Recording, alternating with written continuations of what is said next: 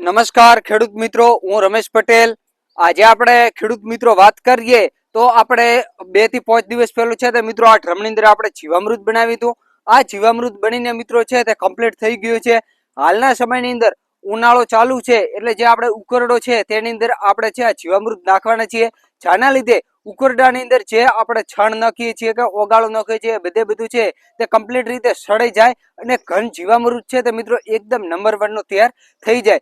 જો ખેડૂત મિત્રો તમે પ્રાકૃતિક ખેતી કરતા હોય તો જીવામૃત અને ઘન જીવામૃત છે તે મિત્રો ખૂબ જ ઉપયોગી માનવામાં આવે છે અને એ વગર મિત્રો છે તે પ્રાકૃતિક ખેતી છે તે મિત્રો શક્ય બનતી નથી. તો જીવામૃત કેવી રીતે બનાવવું જોઈએ એના આપણે આગળ વિડીયો મોકલશે અને આજે આપણે છે તે મિત્રો ઘન જીવામૃત બનાવવાના છીએ. આ વર્ષ એટલે કે 2026-27 2025-26 ની અંદર પણ મિત્રો આપણે છે તે ચોમાસા સિઝન ની અંદર પછી મિત્રો શિયાળુ સિઝન અને ઉનાળુ બાજરી આ ત્રણેય વર્ષે છે તે આપણે પ્રાકૃતિક ખેતી ઘરપૂરતી કરી હતી. આ વર્ષે આપણે છે તે 1 જોતરા જેટલી એટલે કે છે તે 1 હેક્ટર જેટલી આપણે મિત્રો છે તે પ્રાકૃતિક ખેતી કરવાના છે. જેની અંદર છે તે આપણે ખાવા માટે બાજરી છે, ઘઉં છે, પછી મિત્રો પશુઓ માટે ઘાસચારા માટે બીજો કોઈ રજકો હોય કે ઘાસ હોય એવી બધી વસ્તુઓ છે આપણે મિત્રો 100% પ્રાકૃતિક કરવાના છીએ અને આવનારા સમયની અંદર આપણે પ્રાકૃતિક ખેતીની અંદર રિઝલ્ટ મળે છે. પણ મિત્રો થોડાક દિવસો પછી આપણે રીતે છે તે પ્રાકૃતિક પ્રોડક્ટો બનાવી અને આપણે બજારની અંદર પણ મિત્રો છે તે વેચવાનું પણ ચાલુ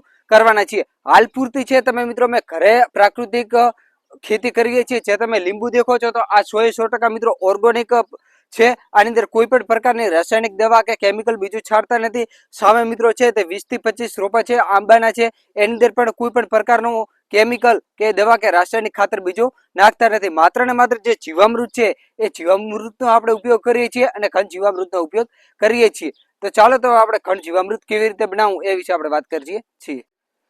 જે ખેડૂત મિત્રો આપણે ડ્રમની અંદર જીવામૃત બનાવેલ છે એ જીવામૃત છે તે આપણે આ ઉકરડા ઉપર એડવાના છીએ. હવે ઉકરડાની અંદર કેવી રીતે એડવાથી છે તે ઘન જીવામૃત બને છે.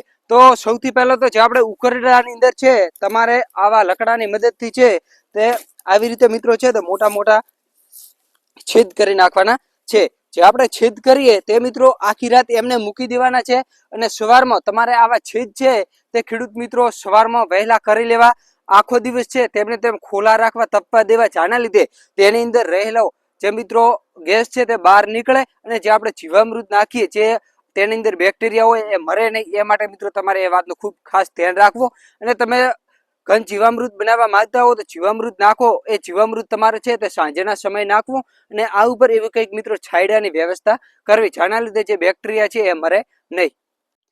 જે ખેડૂત મિત્રો તમે ડોલની અંદર દેખી રહ્યા છો એ મિત્રો જીવામૃત છે. આ જીવામૃત જે આપણે ઉકરડા ઉપર જે મિત્રો છેદ પાડ્યા છે તે છેદની અંદર આપણે છે તે આવી રીતે દેખો આપણે એડ કરવાના છીએ. આખા ઉકરડાની અંદર છે તે 20 થી 25 જેટલા આપણે મિત્રો છેદ પાડ્યા છે અને આખા છેદ છે તે આવી રીતે આપણે જીવામૃતથી ભરી નાખવાના છીએ. બંધ કરજો.